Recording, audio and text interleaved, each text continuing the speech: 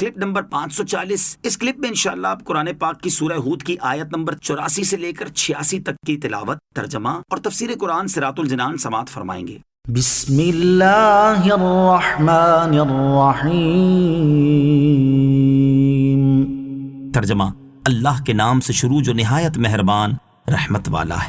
وَإِلَى مَدْيَنَ أَخَاهُمْ شُعَيْبًا قال يا قوم اعبدوا الله ما لكم من إله غيره ولا تنقصوا المكيال والميزان إني أراكم بخير وإني أخاف عليكم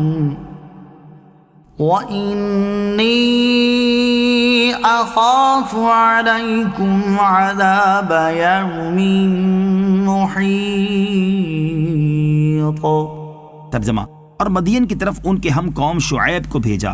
انہوں نے کہا، اے میری قوم، اللہ کی عبادت کرو، اس کے سوا تمہارا کوئی معبود نہیں، اور ناپ اور تول میں کمی نہ کرو، بے شک میں تمہیں خوشحال دیکھ رہا ہوں، اور بے شک مجھے تم پر گھیر لینے والے دن کے عذاب کا ڈر ہے۔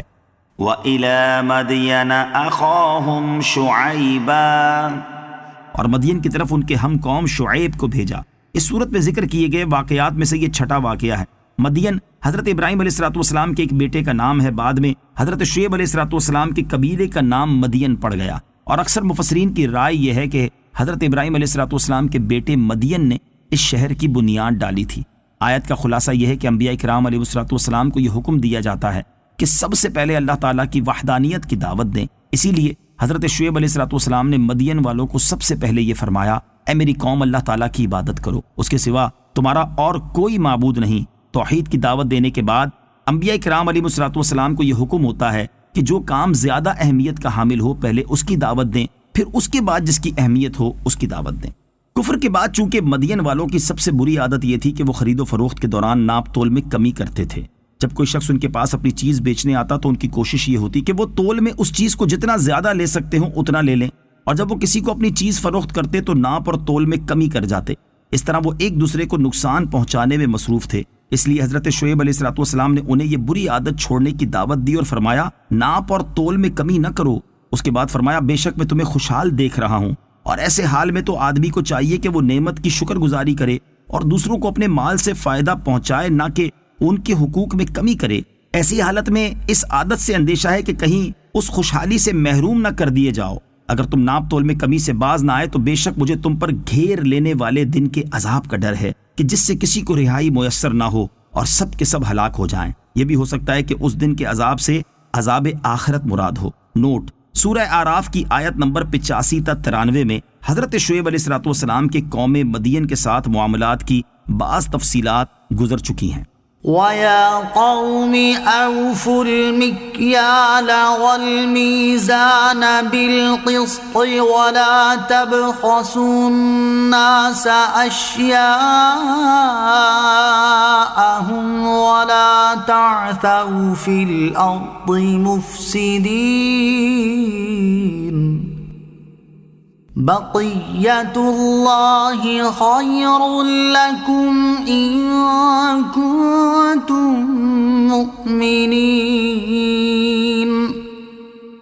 وما أنا عليكم بحفيظ۔ ترجمہ، اور اے میری قوم، انصاف کے ساتھ ناپ اور تول پورا کرو اور لوگوں کو ان کی چیزیں گھٹا کر نہ دو، اور زمین میں فساد نہ پھیلاتے پھرو۔ اللہ کا دیا ہوا جو بچ جائے وہ تمہارے لیے بہتر ہے، اگر تمہیں یقین ہو، اور میں تم پر کوئی نگہبان نہیں۔ بقیت اللہ، اللہ کا دیا ہوا جو بچ جائے، یعنی حرام مال ترک کرنے کے بعد جس قدر حلال مال بچے وہی تمہارے لیے بہتر ہے۔ حضرت عبداللہ ابن عباس رضی اللہ تعالیٰ عنہما فرماتے ہیں، اس کا معنی یہ ہے کہ پورا تولنے اور ناپنے کے بعد جو بچے وہ بہتر ہے۔ ان کے علاوہ اور معنی بھی مفسرین نے بیان فرمائے ہیں۔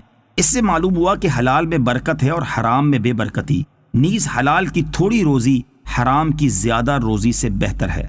وما انا علیکم بحفیظ، اور میں تم پر کوئی نگہبان نہیں۔ یعنی تم سے صادر ہونے والے ہر معاملے میں میرا تمہارے پاس موجود رہنا ممکن نہیں، تاکہ میں ناپ تول میں کمی بیشی پر تمہارا مواخذہ کر سکوں۔